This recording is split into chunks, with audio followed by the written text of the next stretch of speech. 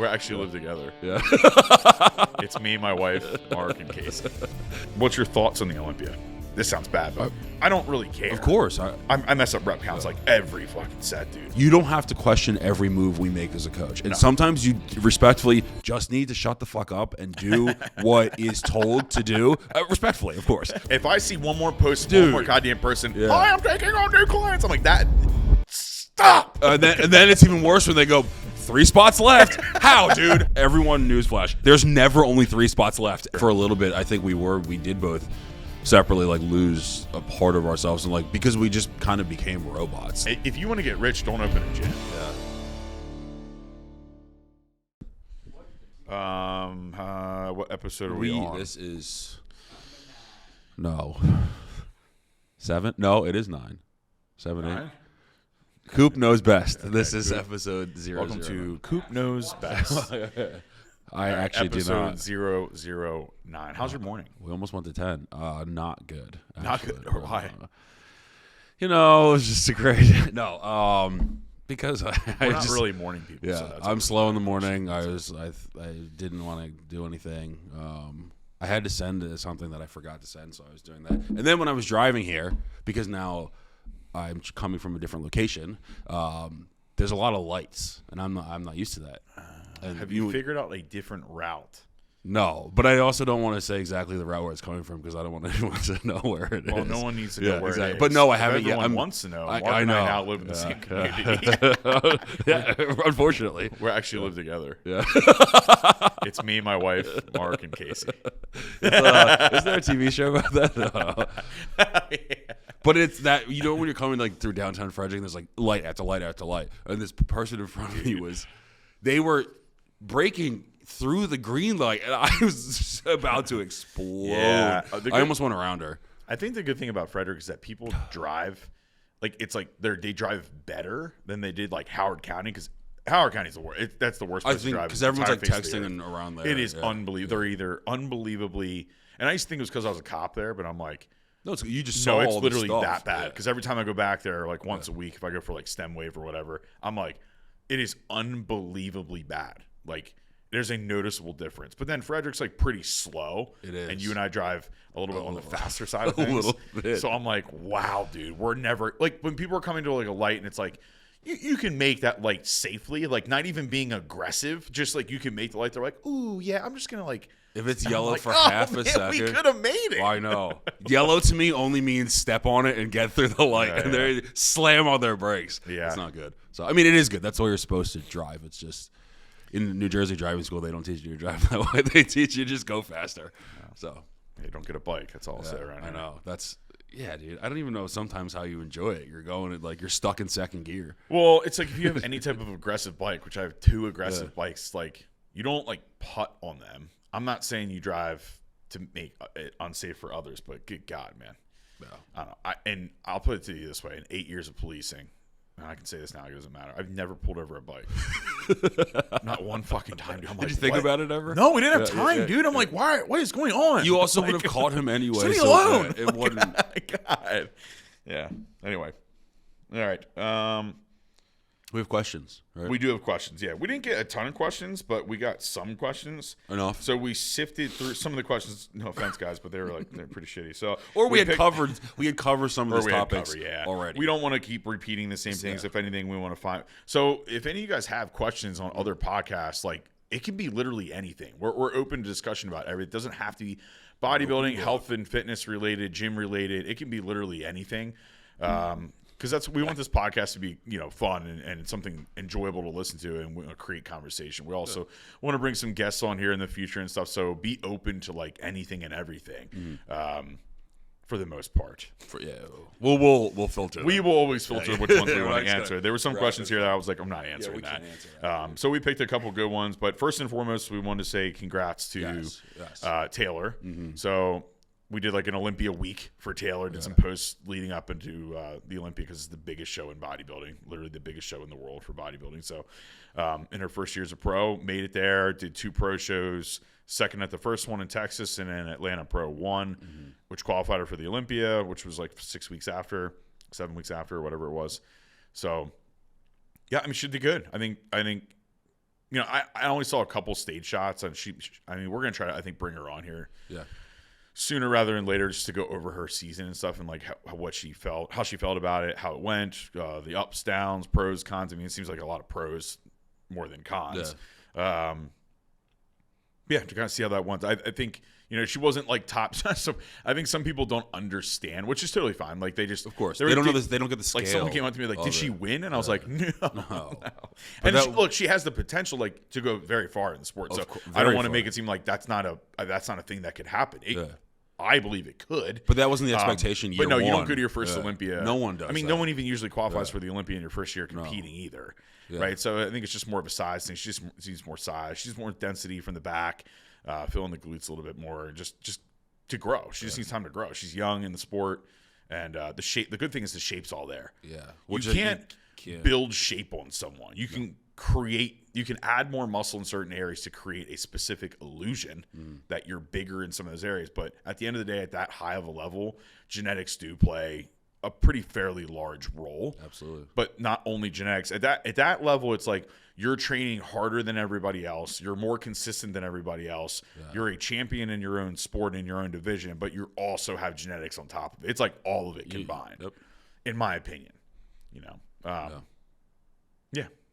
So congrats. Yeah, absolutely. Because I think you're right. Just some people, I don't mean it in a negative way, but their ignorance to what bodybuilding is and the scalability of these shows and what the Olympia truly means. Which is fine, because I think a lot of people are just uneducated. And that's fine. There's nothing wrong with that. If they've never competed before, how are they supposed to know what the Olympia is? But I mean, to put into context, there's a lot of people, like you said. I mean, who else got 16th place in their first Olympia? Ronnie Coleman. Like, there's a lot of people that ended up being or maybe it was 9th, but whatever. It doesn't matter. But it's like you said, there's the ability for her to go far. And I think the best thing for her is that I talked to her again yesterday. Like, just her outlook on coming out of the show. Like, her health is great. She's in good spirits. She's already ready to take on her next growth phase in her off season. And I think as any athlete in anything you're doing, that's just the way to look at it. And she had fun. I know it sounds a little corny, but like you enjoyed the process. Yeah. That's awesome, dude. Because prepping for Olympia is not easy. I don't think we could ever stress that enough. It is not easy. She handled it well. She made it look very easy. Talk about people like being like softies, right? Taylor is dude. She's hard as nails, man. I know. She literally, it was like 9 days out, or even maybe less, and she was like, she was still training people, like working hard. Like, I mean, people act like they couldn't.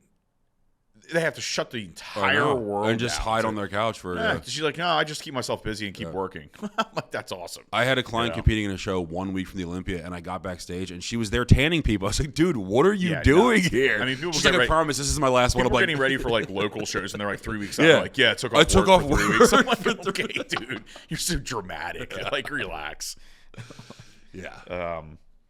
Cool. What's your thoughts on the Olympia? Mark, you actually watch a lot more of the Olympia, and you pay attention more, especially to the Open Pros and Classic, more than I do. I honestly, people sometimes ask me stuff, and it sounds ridiculous, but like, because I have so many clients and I do have a lot of competitors, this sounds like I'm being like, I'm like full of shit, but I'm being serious. No, you're not. I'm more focused on my own competitors, and I don't have any competitors in the Olympia, maybe I will one day, but I don't. I don't have anyone. I don't have anyone that high, and I had other people I need to be worrying about. Of course, yeah. So I don't really like sit. I don't have time to sit on Instagram and like scroll. Not that you do that either, but like sit there and scroll all day on like the Olympians. Like I honestly, I'm more far removed from the sport now than I was years ago, because I'm focused more on my people winning. Yeah, like I don't really. If you're not my client, like, this sounds bad, but I don't really care. Of course. Or it's like, did you see so-and-so? I'm like, no, I don't coach him. Well, that's your livelihood, dude. I would feel the same way. I'm fans of my own clients because I need to make sure they're all good to go and stay in their own lane. So it's kind of the same thing when people are like, do you see this gym do this and this? We're like, respectfully, no, we didn't. I don't pay attention. We don't. Yeah, and that's fine. But we respect other gyms. There's other gyms that are badass and look cool. I'm like, damn, they're badass. But we don't. necessarily care. Of course, I don't have much. time to dig into it. We just need to stay focused on our own, stay in our own lane. And you stay in your own lane, shit. exactly. But the Olympia and the Arnold every year, I do always make the time to say, I watch the entire thing. Yeah. I literally I like that. watch the entire thing. Yeah. And I know that, like, this Olympia, I was about in the middle of it, especially because it's late at night, and I'm like, I don't have time to do this. But I was like, that's just my thing. I just have to do it. Because I really do just love bodybuilding. I'm not saying you don't. I watch all the divisions, even the ones that I don't care for as much because I don't compete in bikini and men's physique, and they're not as engaging to me to watch them do the same two poses over and over again. But again, people can compete wherever they want. Yeah. But I still watch it all because that gives me a chance to learn those divisions more. If nothing else, if I have a competitor that's doing a lot of the. Actually, all of the competitors that I've ever coached have always been men's physique, just by chance men's physique competitors. Yeah, you do. And I've learned. Think you're just good at, though, like, everyone has their niche. Yeah, and that's like becoming mine. And but I realized if I've never done it, I've never done. How did I learn about it? From watching the Olympia and the Arnold over and over again. So watching it this year. Not that I'm Tyler Mannion and I can give a breakdown, but I do. Those are great, by the way, though.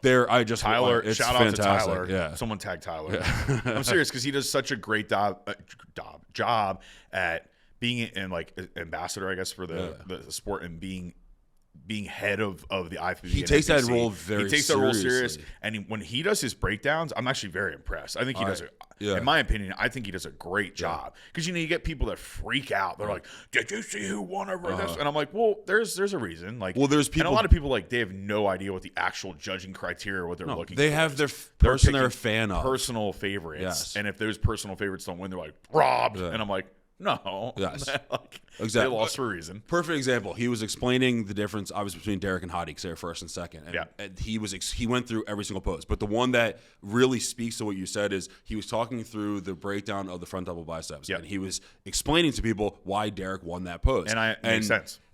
But people, again, that don't know as much about bodybuilding kept freaking out saying, but Derek's biceps are smaller. And his explanation is just because it's called a front double biceps doesn't mean that's all we look at. When you say side chest, it's not just the chest. And you forget about the rest of the body. The bigger thing is like the hamstring involved in the side chest. I know. And the overall width of the body and the waist. The roundness of the shoulder and how you're posing. Yes. But if you're a fan of that one guy and his literal bicep is bigger than the other guy, you think he was robbed. Well, no, stupid. Because if the other 9 body parts they're looking at are under, the biceps are just one of those 9 things. You also I'll use the open as an example so people understand. Like I had a couple people at the gym the other day like, dude, what do you think? And I'm like, first off, I hate to tell you guys this, but I appreciate you asking me, but it doesn't really matter what I think. It does. If you weren't there. In my opinion, if you're not physically at any show, just shut up. Yep.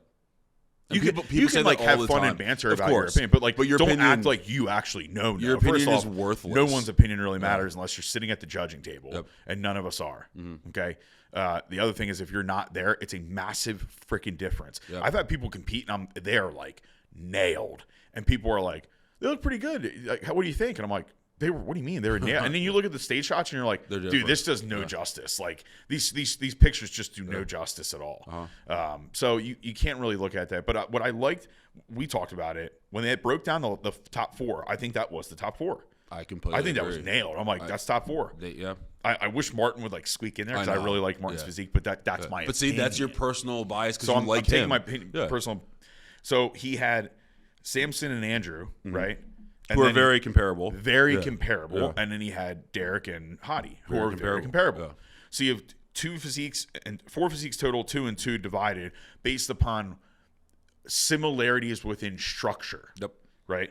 Now you have to decide first. Tyler's probably like, what do I want to go with here in regards to structure? Yeah. I'm either picking these 2 or these 2, and then I'm going to compare those 2. Yep. So it looks like I like the fact that he went the Hadi Derek route because it's men's open bodybuilding. Yeah. And I think you need to leave the classic aesthetic, small waist, beautiful structure and lines.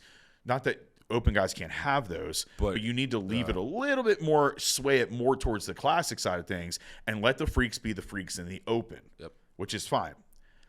Hadi and Derek have more freak factor because, yes, they are shorter stature, which means the more muscle density they carry gives them this more wacky look, this more grotesque, oh my God, that's overabundance of the freaks, right? Then so he went that route. Cool. Pulled those two in, and then said, who's the better of the two? Yeah. So now you're looking at symmetry, you're looking at conditioning, you're looking at posing and appearance on stage and performance and how you're laying that out. And overall, in my opinion, I personally like Hottie's physique a little bit better. I like that grainy, old school muscle, and Derek has a little bit more of a polished, cartoonish 3D round look, which I think Tyler does favor. Yes. So it doesn't really matter at the end of the day. I think at that point it's apples and oranges to a certain extent. Yeah. If Derek would have been just a little bit harder, then I think I would have picked him over Hottie. But this is where people don't understand. Like from a coaching perspective, you can't just go like, just make him a little bit harder, but keep the fullness. You can't. That's what. Look at Samson. You have to look create at Samson. the balance. Yeah, exactly. Samson was like, I'm going to diet my ass off this year. I'm going to come in harder. That hurt him. That's why he went to 4th. And he wasn't even that much more like tighter too. Like he wasn't that much tighter. So it wasn't worth it. It wasn't worth it. No. And now he knows that. Yeah, of course. And that's part of bodybuilding. And that's part. So unfortunately, it comes down to that last 24 to 36 hours of peaking. And there's no turning back from there. And to your point about the, watching from home versus there, that's why yesterday when I was talking to Taylor, I asked her, I was like, look, this is what I think about Derek and Heidi, but you were there. You were standing there. What do you think? And I asked her opinion because I wanted to know someone that I know personally firsthand with their eyes on him in real life. Was the discrepancy that I saw the same or different or whatever? Yeah. And she said, no, Derek did look different. And he did look – a lot of people are calling him soft from what they see on Instagram comparatively. He wasn't she was like, he wasn't at all. You can see him walking in his glutes, right?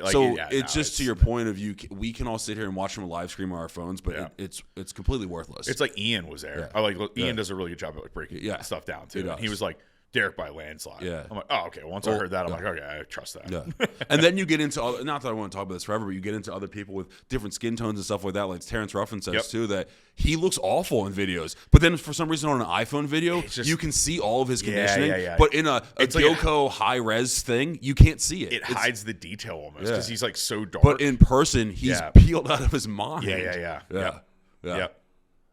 And I think that overall you're right that they are leaning towards the Derek and Hottie look. That's a little bit more freaky. And Andrew and Samson, not that they could ever make the weight, but they are kind of more of a classic structure. Like Andrew, if he could make weight, would win classic 10 years in a row. He'll never make the weight because he's 300 pounds. Right. But that look is a little more streamlined for continue classic. Adding more muscle. People are like, yeah, he just needs more muscle. I'm like, do you know how hard it is? What is he, 6'1"? He's 6'1", 310 pounds in the he literally has to be basically 330 on stage, like a Paul Gillette. Yeah, that's with limbs that hard. Long, it is so hard. It's hard. That's why it's impressive he's as big as he is already. Yeah. Because it's just challenging. That's what separated Sean so much, too. That Roden. Yeah. Rest in peace. You know, there was something about the aesthetics, but he also still brought kind of like the Flex Wheeler. Yes, he was like a Flex 2.0 kind. Yeah. No offense, Flex. And at the end of the day, you also have to go off of what you have there. You're not judging the person's by themselves. You're looking at them in a lineup, and you're saying who is the best today at that time in that lineup. Yep. That's it. Who's the best bodybuilder here? Yeah. Not who has the best biceps, who's this, who's training longest, none of you have to take all that aside. And at the Olympia, it's who's the best bodybuilder today, but they do that twice because prejudging in finals are judged differently. Hottie beat Derek from a coaching perspective. Hottie beat Derek in finals by 2 points, but Derek beat Hottie in prejudging by 3 points, and that's why he won the whole thing. Yeah. So the margin was very close. Actually. It's like Kyle trying to peak Nick. Well, that's why I went so sad. I mean, he said it. I'm not pretending like I figured it out. He talked about it, but it's hard. Yeah, you would know more than anyone. Well, dude, you know how hard it is to fill out guys that are like, dude, it's hard to fill out guys that are like Dave that's like 220 pounds, 230 pounds. Yep. I mean, he's a little less than that on stage, but he's hard to fill out. Yes. Right? And even doing it at 9 a.m. versus 9 p.m., wildly so different. Imagine it's peaking someone after 6 meals. It's like peaking Ivan or peaking Dave and then like peaking Quan. Yeah. I'm like, oh my God, it's literally completely different. But water's different, sodium's different, all these different factors. Yeah. Yeah, if you don't know what you're doing, good luck. And then at the Olympia, because for the Open, it's a 2-day show, you peak someone, then you have to hold that for 24 hours and peak them again, basically. That you have to be an elite coach to understand. Well, that's why I know a lot of these young guys think their coaches should come out to them with their local shows for like a week. Yeah. And live in an Airbnb with them. Yeah, no. The reason they do that and these guys see all this stuff on Instagram is because like Kyle and all those guys and Aceto and all, they're all out there watching them 3 and 4 days out, literally by the hour, because they have to, because of reasons like that. Yep. Because they it is change hour by 30 minutes. Hour by hour. You're like, oh, and shit.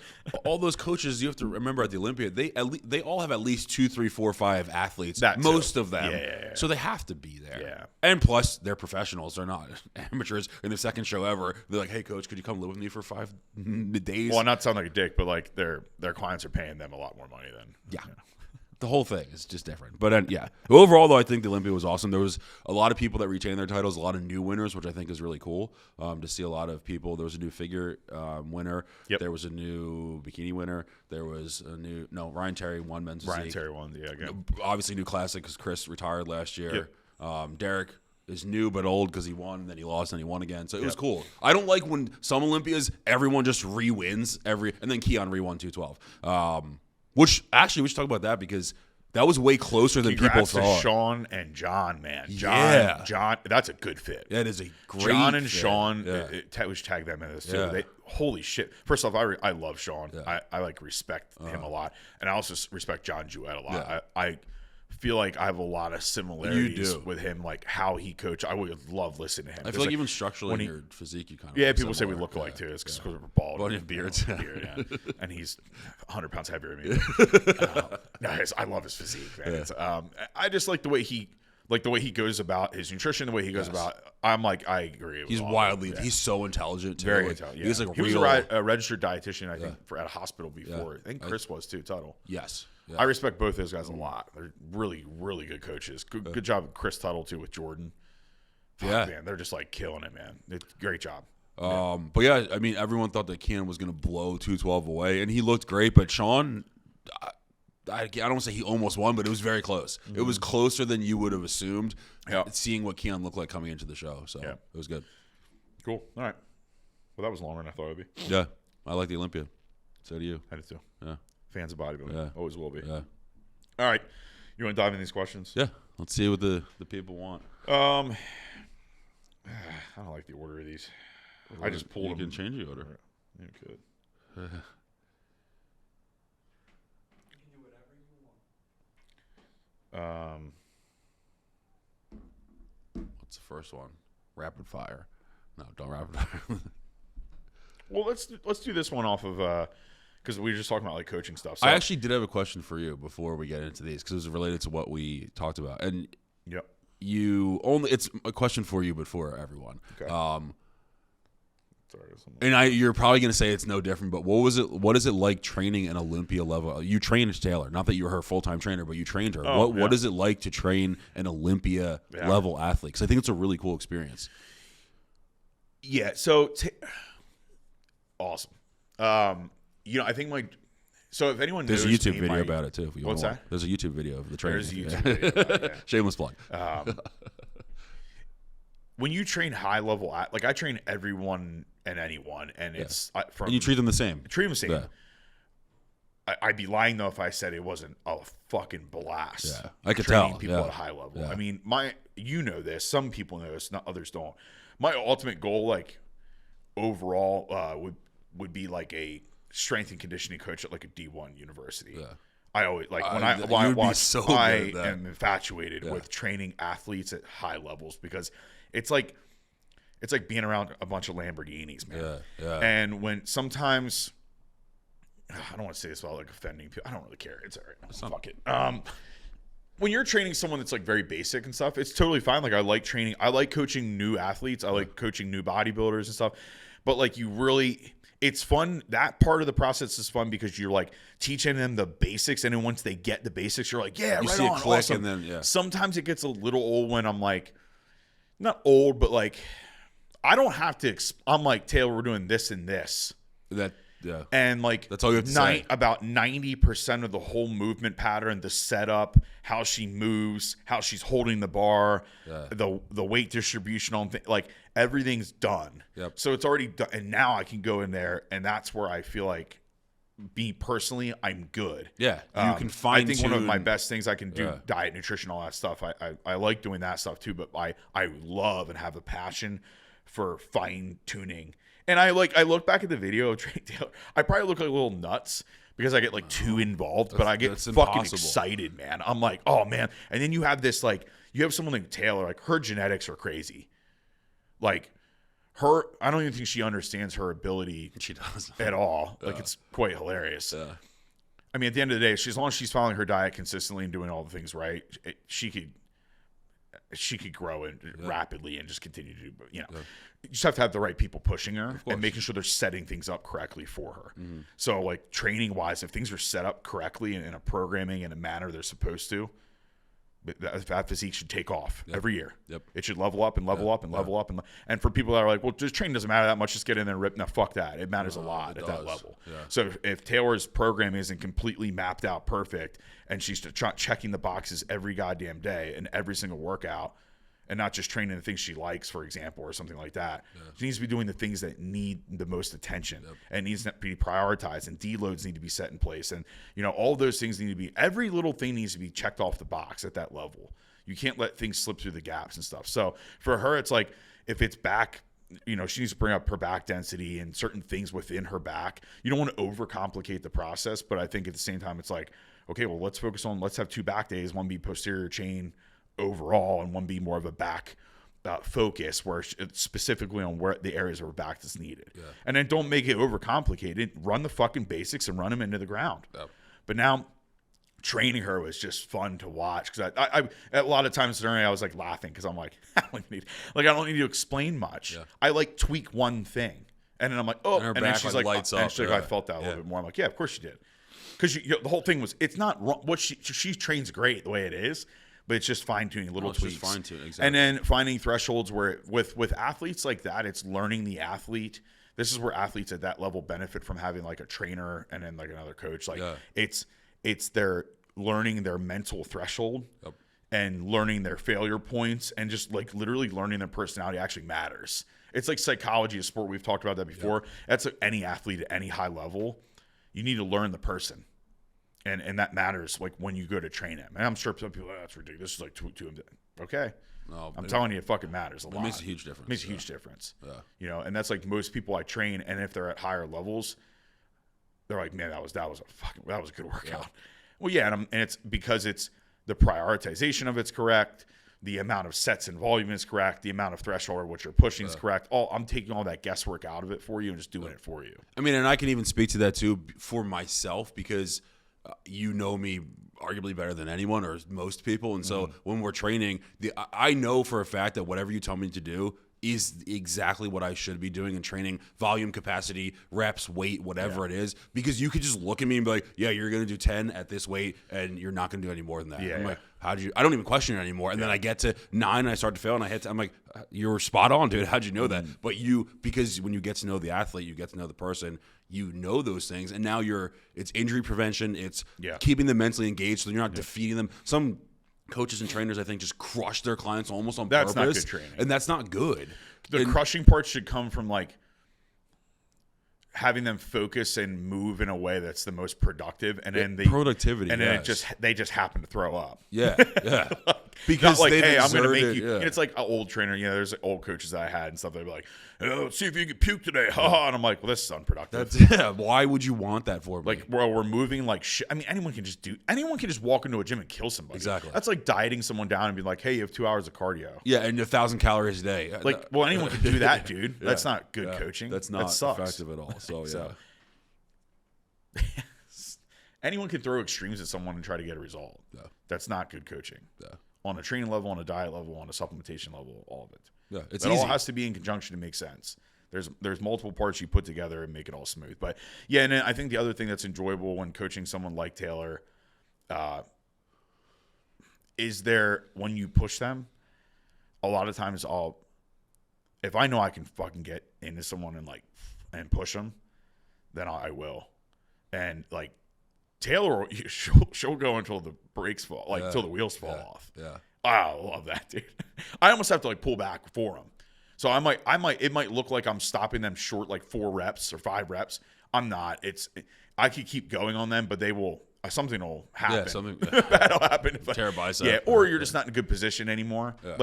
Sometimes people will be like, oh, dude, I think I had 3 left. I'm like, you might have had 3 reps left that you could have got, but it wouldn't have been. They're not quality productive. Not quality reps. Yeah. Because you were starting to come out of position here, or coming out of position here. And that's everyone makes fun of me because I always mess up rep counts. I mess up rep counts like every fucking set, dude. Honestly, this sounds crazy, but like a lot of times, if it's a working setter, I'll lose rep count because I'm visually watching. I can visually go. Yeah, that's it. I know. Oh, 3 more. Yeah. When I say 3 more, it's usually a good productive 3 more. Yeah. If I say 2 more or 4 more or 10 more, people are like, why do you do that? You add more reps. I'm like, because they're there. Yeah. I know they're there. I can tell if something's there and if it's not. I know. Yeah. It happens to me all the time. I'm like, okay. Wait, how many we do? I'm like, honestly, I don't know. Yeah. I'll watch and I'll let you know. But it was good failure. Yeah. It was a good failure. So, hold on a second.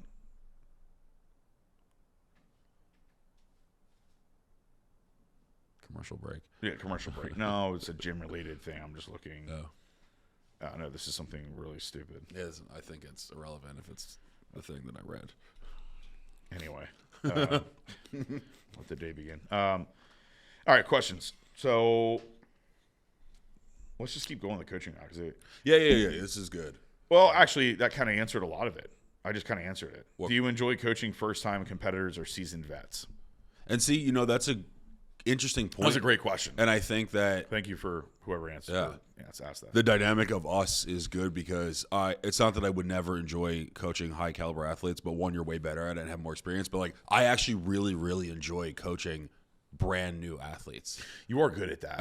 And I which is weird because I admittedly, when it comes to other people in our day-to-day activities, I don't have patience for like redundant dumb questions. But yeah, your patience for it is. But for that, for some reason, actually, I've talked about this before. I think it's because I have this like weird void in my life where like I didn't have a mentor like that to and I'm doing it for other people because I wanted it for myself. Sure. And that's why I care deeply about it. But I do enjoy it. So it's almost like people could graduate through this program of if they're starting out brand new, I'm coaching them, and then I'm like, okay, you've now graduated to Blake, and like now you're a better athlete. It's like we complement each other in skill set, I guess, that way. That I do. If I had to pick, definitely it would be that. Again, it would be fun to because like again, coaching someone that's a Ferrari of their sport is also awesome because they just let them rip. But I don't know. Yeah, I do know why, but I do enjoy it coaching more new athletes until they start asking the same question over and over again. Then it does get a little head pounding, but.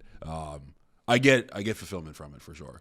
I like mentoring. I guess another good question to branch off of that is, and this is kind of like obvious, but like, do you like coaching the first time competitor that's like willing to be completely coachable and let you take the wheel and have fun and push it, or the first time competitor that's just completely confused all the time and like asking random questions that don't matter and not pushing it like they need to? Yeah. That's the dumbest question ever. But it's not because I think that's the difference though. What makes it enjoyable? Yes, there's when you get a young athlete that has raw talent. That's what it is. I like athletes that have raw talent that you can kind of cultivate then and turn into something meaningful and help them kind of find their way. Because not that the other option that you gave, people always do it on purpose, but I think. And this is kind of good perspective for people if they're looking to get into hiring a coach. It's okay to ask questions and it's okay to be curious. I'm a very inquisitive person. However, there's a fine line between asking questions and questioning your coach. You have to be very – and maybe that's where social media ruins all this shit, though. Maybe some people – and they said – don't realize they're doing it, but I think a lot of times people do know that they're doing it. It's like you don't have to question every move we make as a coach, and sometimes you respectfully just need to shut the fuck up and do what is told to do, respectfully, of course. But like, there's a fine line. But if you are genuinely interested, then ask the question for sure. The other balance with that is in this weird age of people, everyone thinking they're a coach. And I'm sure you've had this too. There's some people. I mean, if I get going on this, it'll really. I know. I'm going to stop it after this. But there's some people that they ask questions because they're actually trying to get free mentorship, and because then they'll ask all these questions, and then they'll leave a month later, like, oh, I quit, and then I started coaching business. And I'm like, if I see one more post from one more goddamn person, I'm taking on new clients. I'm like that. stop. And then it's even worse when they go 3 spots left. How, dude? How are there only 3 spots left? You just started last week. That's the worst, This is the stupidest thing I've ever heard. Hey, get it while it's fast. I can only have guarantee 4 you- spots remaining. I'm like, you have 1,000 spots remaining. You have no one signed up. Dude, you have 80 clients most and you have more than desperate. 3 spots open. That's why it's stupid. I don't have 80 anymore. Okay, whatever. It doesn't matter. I can guarantee you 99% of the We're time. in the time of quitters. That's not your problem. That's them problem. Yeah, I'm not worried about it. Everyone newsflash. There's never only 3 spots left. Ever. I've It's just a never put marketing post out in my ploy. entire life. Because it's a lie. 2 That's spots left. Get 'em 'em now. while they're hot. Because by Bonus the end of deal, the- buy one get 2. How do you know there's only 2 spots left? I don't even understand how. Like, It's such a poor marketing It is. thing. It's But like the most desperate marketing ever. it looks very desperate. But Hey guys, I act just now. want to let you know I have one more. I got a spot available. It's like an infomercial. Like it's just like stop. it's just stupid. So Well, if you're a good coach and you have a lot of people coming in all the time, like I call it a wait list. It's not an actual. Honestly, it's not a wait list. No. It's Hey, it's for people that are like, hey, I need to think about it for a second. Yeah. Okay, fine, I'll put you you're on just the like wait parking list. them over here. Yeah. There's been a few times where like, peaks of the season where I have a lot of competitor and like if someone waits like 4 months, sometimes I'm like, it usually doesn't go well. They're not serious. The person that's like, hey man, I'm reaching out for coaching, and I give them the options and I walk through, I give them a Loom video intro, whatever, and they're like, okay, I'm ready to roll. Yeah, like tomorrow. Honestly, 9 times out of 10, that client does really well. It's like when someone checks in for the first time, they're like, hey man, I got all the cardio done. I got all my meals in and stuff. This was a little off. This was a little off, and this and this and this. I'm like, but everything's like filled out right. Yeah. The pictures are sent right. You can tell they read through everything. Yep. They're organized. They're prepared. I know when someone checks in for the first time and their photos are all jacked up. They didn't fill out their Excel sheet, which maybe it's because it's outdated or something. I don't fucking know. It's just still a lack of effort. It's still the they process. They didn't read through anything. Yeah. They're like they were late. They were late. Oh, late's great. I mean, that's every. Sorry, dude, I'm busy. And like, I get it because I'm like, hey, I say to clients all the time, like, hey, like, little delayed here, whatever. It's still, always try to get within a 24-hour period. Yep. Which I think is very reasonable. The 24-hour period when we didn't own a business was easy. I always had it before 24 hours. You were like within 6 hours. All I was doing was online coaching. But Yeah. when you own a business and have a lot of other things, like I think all my clients know, hey, sometimes it'll be the same day or it's like that morning after or whatever. If I'm traveling for clients, it's going to be a little bit longer, but like, they always know I'm doing my due diligence to make sure I'm getting it back to them and stuff. But at the end of the day, if you're checking for that first time though, and like literally 80, like some people, I want to type back, try again. Yep. Go back. And just, that's all I say back. It's pretty frustrating, man. It's pretty frustrating. That's like in school when you like get like a bad grade and the teacher puts it back in your desk upside down and it's like, see me after class, try again. It's like, you just didn't do it right. Go back and do it again. Yeah. Well, I was always the kid that like, the teacher was like, they felt bad for me because I was trying really hard, but they're like, hey, you're just like a complete moron. So, like, dude, Blake, I know you're trying really hard. Participation counts. I'm like, all right, thank God. That's how I make it through life, just raising my hand every 5 seconds. Every ADD thought, you're just like, I got one. The teacher's like, God, this kid's such an idiot, but he tries so hard. It's like in football. It's like my performance level because I was a midget and wasn't that fast.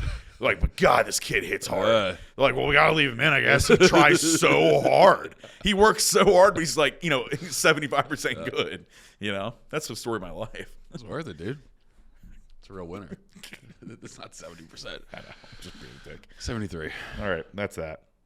So I guess, I didn't really answer the question, but short answer would be I like coaching both.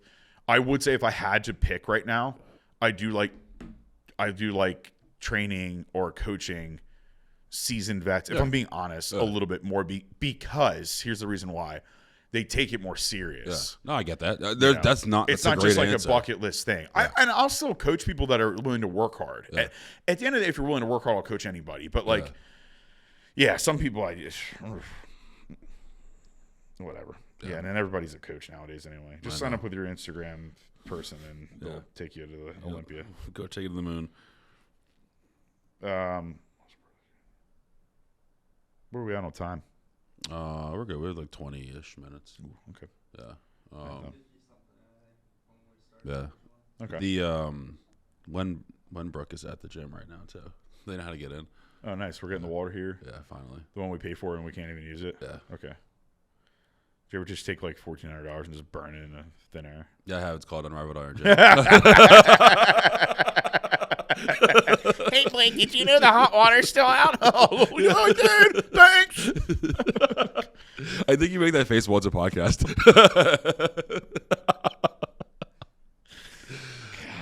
If there's anything wrong with the gym, I'm pretty certain I know about it. For the most part, whatever. Is there there's actually a decent amount of questions, but I'm trying to pick like the best out of the list that I picked.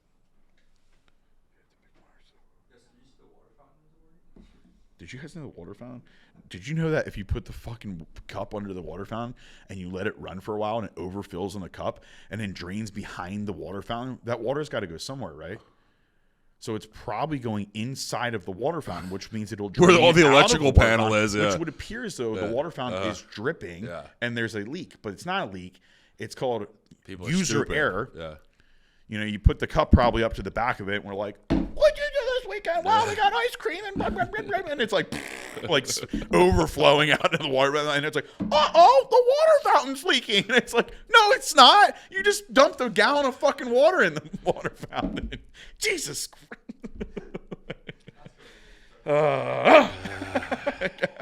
Common sense, guys. My kids are doomed, dude. If they can be dumb, like book smart all day, like, oh, Dad, I can't count. I'm like, sorry, I can't either. Don't worry about it. We'll figure it out, man. But if they're common sense, well, actually, that would be common sense counting. That's a bad analogy. But like, God, I am very happy. I just have street smarts and common sense. That's got me through my whole life pretty damn well in like even hard times. My patience for people that don't have common sense is so fucking low, man. They're like brainiacs. So they can do like calculus and shit that I couldn't do. But like you're like talking like layman's like easy stuff, and they're just day-to-day function. Like, what do you mean? And I'm like, what do you mean? How do you pay your fucking bills, dude? How do you get through life? I don't know. Like, how do you put your seatbelt on and drive it like down the road? I'm not, whatever. I guess I'm sounding like an asshole now, so. No. All right, let's do this one. What was the hardest part of getting the gym open? Like, what was the most singular hardest part of getting the gym open? I mean, there's a lot of answers here, so this would be a good question because it's like. That's. I mean, I think the. Wow. I'm trying to give. Unfortunately, there's so many. A good answer. I know, me too. Like not some just like. Okay, here's mine. The hardest part of getting the gym open was making the decision to just go all in and do it. Believe it or not. Even over having like all our shit stolen and all that and like almost filing for bankruptcy and stuff. Having the equipment stolen wasn't really that hard. We made a plan and did it. And it actually wasn't hard. It sucked, but like it was hard physically, but whatever. Answer the question. No, I just think it was like making the commitment to just completely change your life. Yeah. You know, it's like Elise and I were talking about this last night. Like, it's been a rough, like, for us, like, and she's included, this is my wife. Like, sometimes I forget, like, she's been a trooper through all of it too, because she was supportive of it, very supportive. She was like, I want you to do what you want to do. I want you to chase your dream. I want you and Mark to open this thing and do it. So, I mean, she's always supportive like that, but like, you don't know what that comes with. Oh, it came with a 3.5 year delay on our lives. Yeah. You know, as like a future mom and a wife, like I don't think she wants to just like not see her husband for 3.5 years, basically. And just, you know, it's rough. So we're not normal, man. We don't live a normal life. You know, sometimes I feel terrible. I'm like, because I'm not normal. She knows I'm not normal anyway. She wouldn't have married. She's like, well, you're not normal. Yeah. She always says that, right? I know there's something wrong with you. Like, okay, a lot. Yeah, there's a lot wrong. But like, you know, I'm not normal. I'm not average. She knew that. But like, what does that entail when you make decisions, like really big decisions to go all in on something? And we went more than all in on it. I mean, we dumped our lives into it. So, and then how a lot of not normal things along the way. But I think it was the decision, like, I'm leaving policing. I'm going to coach full time. We're going to open. I mean, it all happened. You did make a lot of life decisions. I made a whole bunch of huge life decisions in a matter of 6 months. Yeah, it was like this change, boom, and then all the bad shit came. Yeah. So it was like, yeah, I think I'm like part of the way through. I think I lost myself a little bit. Not lost myself like I was out of control, but like lost like I was in just survival mode. Man. No, I feel that definitely. I think we're still trying to recover, come out of it a little bit, and I'm trying to work to reclaim that part of me that I temporarily lost because for a little bit I think we did both separately lose a part of ourselves and because we just kind of became robots. Nothing was allowed to matter except for the singular vision of doing this thing, and whether it was personal life, it was emotions, it was hardship, it was whatever. It was just you would just put up these blockers and nope, doesn't matter. Which we're good at that. We are. Really unfortunately, it's the only thing that allowed us to keep going. Yeah. But then now that it's the gym is approaching year 2 and things are settling down a little bit. We have some systems in place. So it's we can kind of look up from it and realize oh, I let a lot of these things kind of go a little bit in my life. And and now I'm trying to pull them all back in, but that's a mental hardship in and of itself. But that's what people you'll unfortunately you'll just never realize what that actually feels like or looks like unless you and owned and operated and got a startup business without having the financial backing there. Yeah, not just here you go. No go offense, for it. If you have a family, then they were here's a couple $1 million. Here you go. I hate to tell you, but that doesn't count. No, it doesn't. Yes, you still accomplish something because the hardship comes from the financial part of it. It does, or the lack thereof. The desperation of, especially when you're halfway through a project and you think all of the money is just gone. You're and our names are personally tied to the money that was lent. That's being a personal guarantee on a loan of an exorbitant amount of money is really a challenging mental thing to wrestle with. So, yeah. Plug what episode? Oh, our very first episode. Was it the first episode? Yeah, the very first one. Yeah, because I still talk to people about that now. Because now we're at that stage where things are going well. Yeah. Well enough that people know our name. They know that Jim's good. We have a good amount of members now, and people are man, you guys are killing it. I'm yeah, well, we weren't killing it for a long time, a really long time. So and it was tough. Yeah, I just think it was the overall sacrifice is a lot, man. And I think that's what differentiates. Not that we're the 1%. Maybe we are. I don't know what that means. I don't I don't really live by that. Entrepreneur 1%, but that is what makes the difference of going bigger and beyond, and just kind of. I guess what people would say normal or average. Yeah. It's making the calculated risk to get extremely uncomfortable and just not knowing how long that's going to take. We didn't know how long it's. We still don't really know. People won't believe us, but we just don't make anything from the gym. Yeah.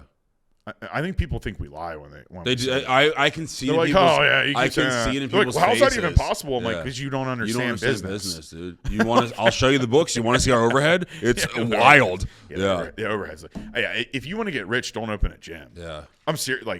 Do not open a gym.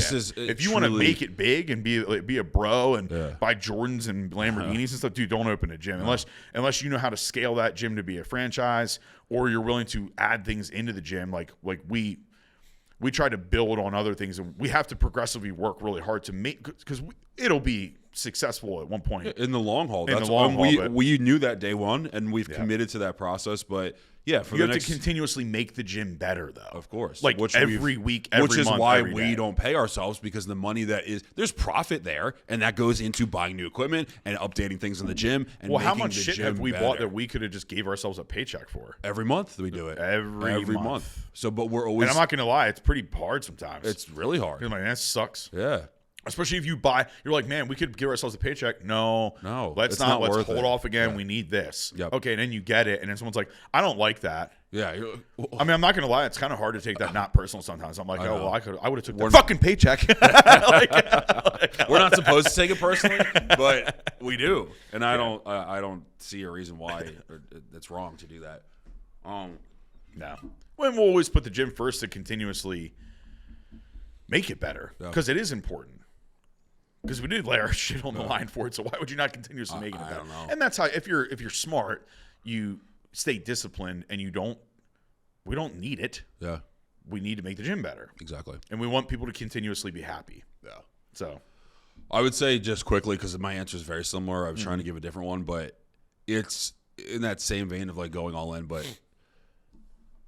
learning, the most challenging thing about opening the gym was learning how to when things are already seeming like they're spiraling out of control, regain yourself and then keep taking the next step into the future. It's almost like literally walking into a burning building with confidence. That's how it feels. You're knowing you're going into a bad situation, but you must do it over and over again, because at a certain point, not to sound dramatic and not literally, but at a certain point, our lives, at least financially, depended on it because of the difference of being forced into filing personal bankruptcy from someone else's wrongdoing versus that's the hard thing. You're already it feel had like nothing to do with us not working hard or doing dumb choices. We did everything correct, but when you everyone at a certain point, whether it was true or not, but in their perspective, everyone has probably felt like at some point in their life they've hit what their version of rock bottom is. So you hit that, and then you have to wake up the next morning and say, "I've hit this.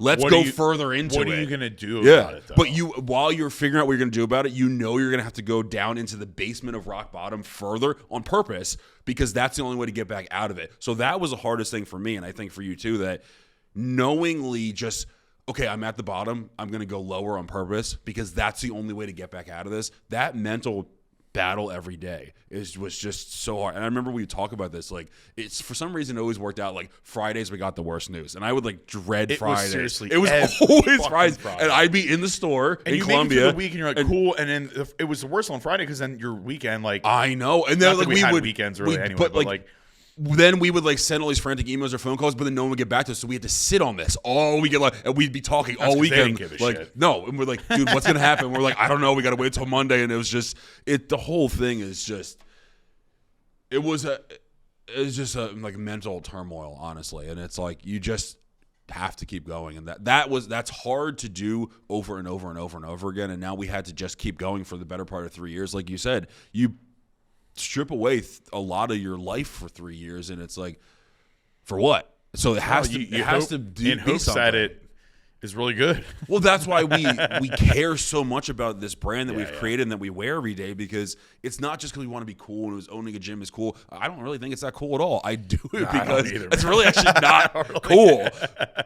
There's so much in this. Like, it's almost like I'll be damned if this isn't something great, because we put a lot of greatness into it. So but it's hard. But it's a good question. It's definitely a good question. Good question. Yeah. What are you on time? We still have time. Good. You want to do one more? Yeah. I feel like I need a potty break, you know. Yikes. That's also every hour. Every podcast. That's true. Okay, let's do this one. It was just like very generalized, but I feel like this could go anywhere. Oh, boy. What's your biggest pet peeve in life? Like, what was your biggest pet peeve in life? So in like general, not the gym, just overall. It can be something super dumb, or it can. I have so many. I have a lot. I have so many. This is always really hard. People are like, "Wow, you're an asshole." I'm like, "No." I got mine. I do too. I mean, I have a few, but I'm gonna just narrow it down to my one. You want to go first, or you want me to? Go for it. Yeah. My biggest pet peeve, and maybe it's because I'm putting this in priority, not like numero uno, because this is how I feel like recently in the past couple years with like owning a gym and owning a business and Instagram and social media and what the world's come to and blah blah blah. Right.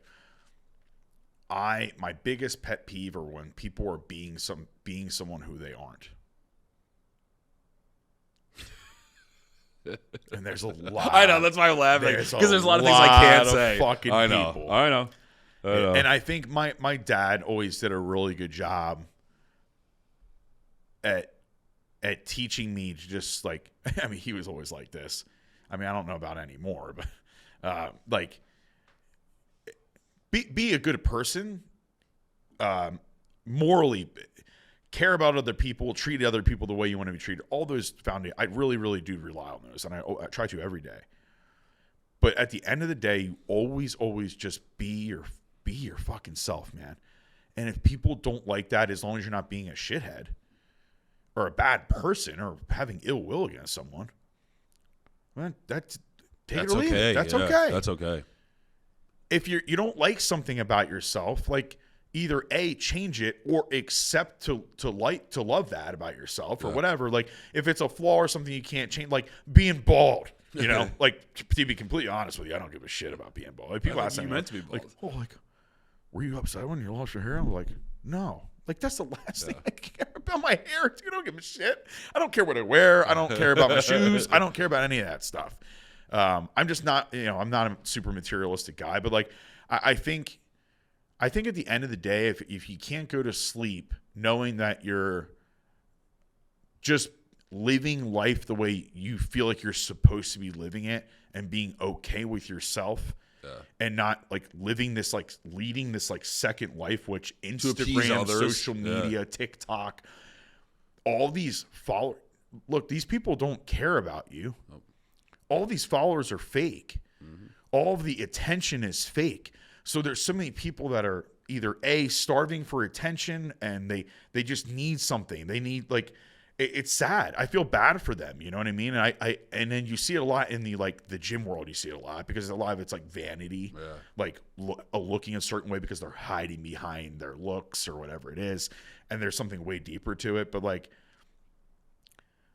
or just like straight up lying to you're just blatantly fucking lying, to get people to think that you are something that you're not. Mm-hmm. And then you tell yourself the lie so many times that you then begin to believe that lie, which is sickness, I feel like. It is. It's got to be there's something wrong with you. Why do you believe this? I've been told many times in my life by multiple different people, Blake, you're too honest. And I'm like, you know what, dude? I'd rather be too honest. I'd rather be brutally honest. I feel like that's an oxymoron. I remember my dad even used to do that. My parents, sometimes, hey, man, you don't always have to say everything. And I'm like, oh, all right. My Blake bad. does. I do. Blake always does have to say hey, everything. I smell bad right now, or hey, that's how I am, man. I'm just gonna let you know. I feel like everyone deserves to know, because it doesn't feel good for me to be fake. Yeah. That sucks. It could be exhausting. Yep. Being something you're not. No.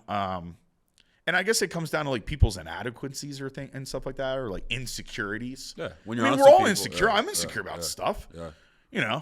I don't love being super short, but I don't let it eat me alive every day. I'm like, well, it is what it is. You just get massive, so it's fun. Yeah.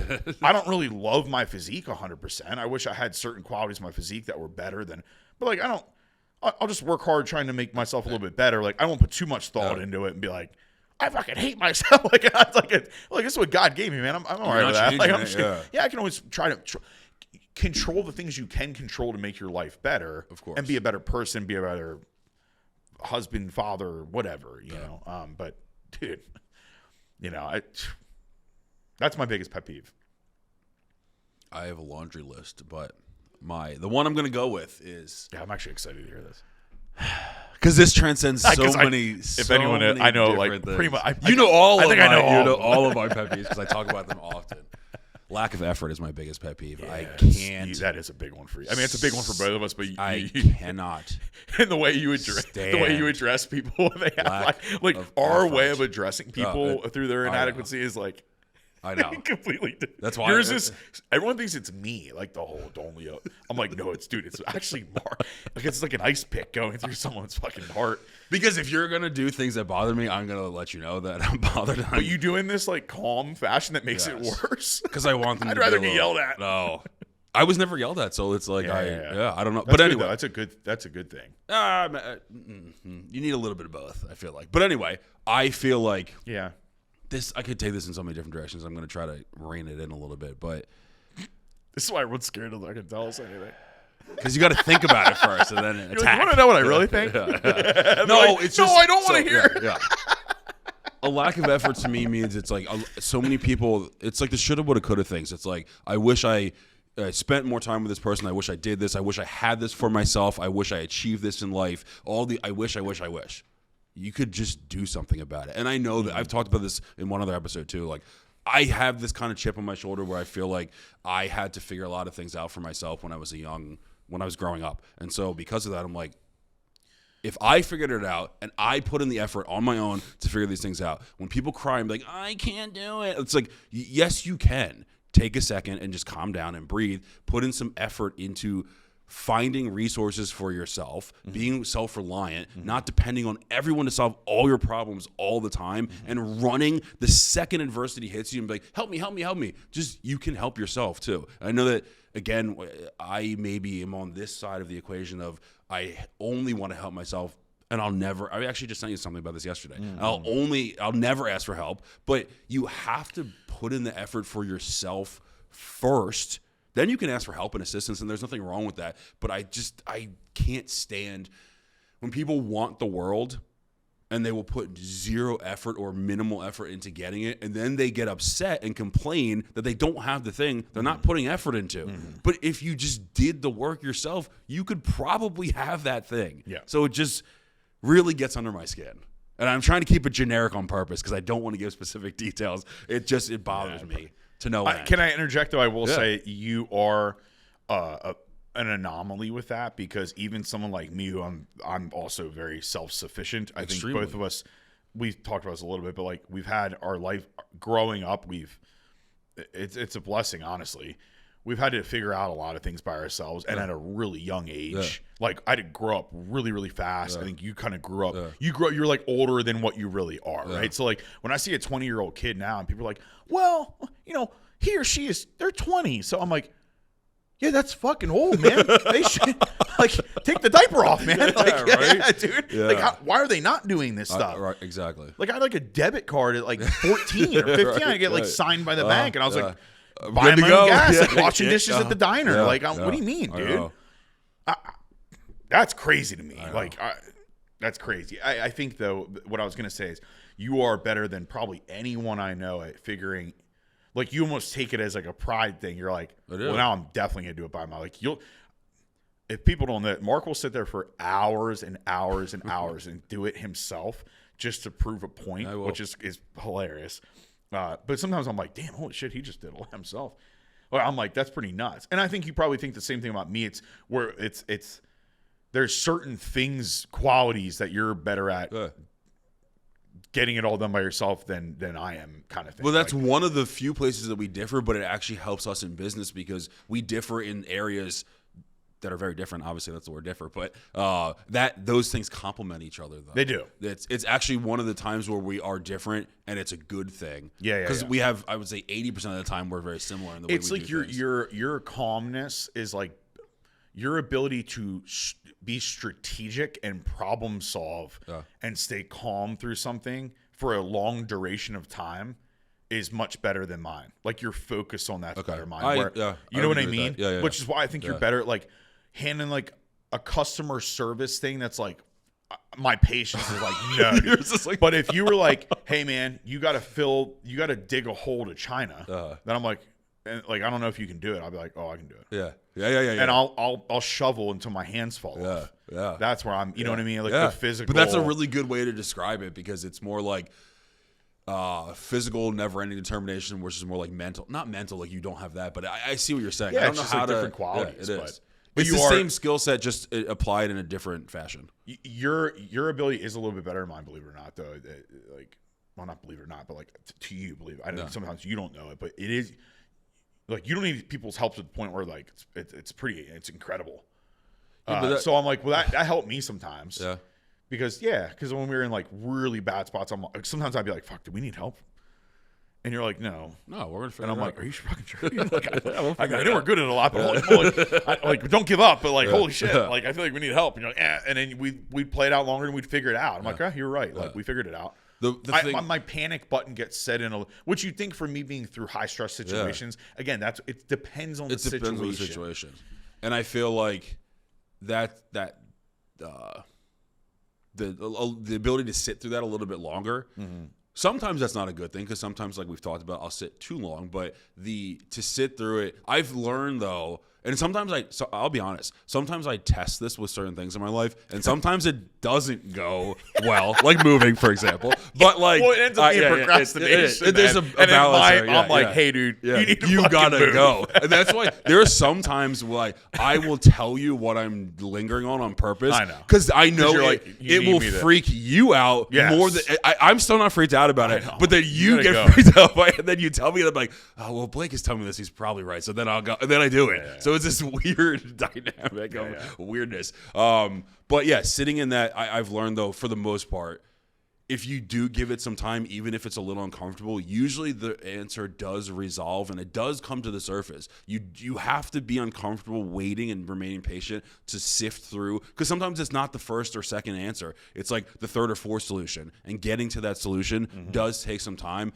But I would say, if I look at a case study, if there's times I've done it, it's like 85% of the time, if I just kept waiting a little bit more, I got to the not only the right answer, but the better of the I'm glad I didn't take the first solution or the second one. Yeah. But it's uncomfortable to wait through those solutions, especially when you're like, I found one, but it's not the exact right one I need.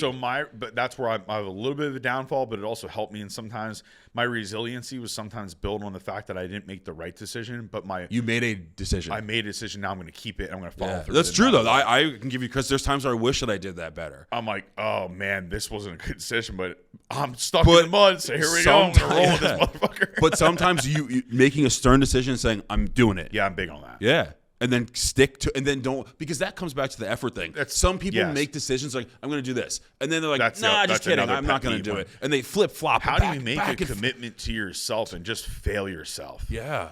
See it through. But this isn't fitness related. It's not. This is life. If you say you're going to do something, for God's sakes, just do it, man. And put in the effort. Don't just do it at a surface level. Put in the effort to actually like see it through to the end. And it's not like we do every little thing. We're not perfect. Oh, I'm far from perfect, know dude.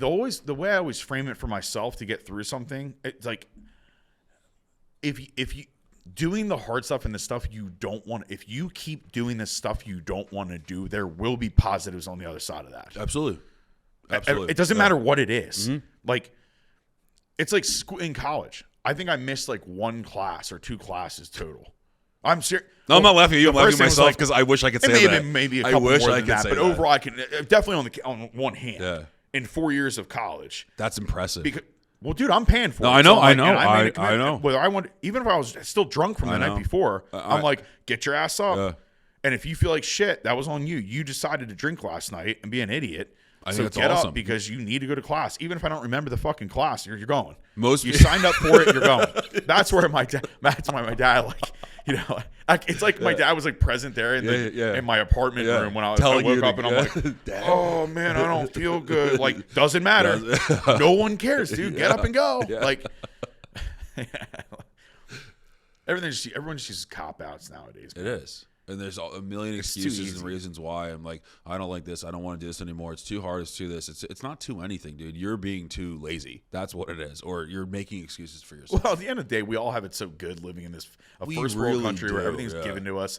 It's just like that's when people are like, oh, it's so challenging. Like they make up reasons for things to be hard, but it's cut the bullshit, dude. It's not that hard. Yeah. Life isn't really that hard if you just put in some effort. And that's why I care. Just show up and give people some effort. That's it. If you care about something anyway, then show it. Put your money where your mouth is. Don't just say, I really care. Do you? Doesn't look like it. So, yeah.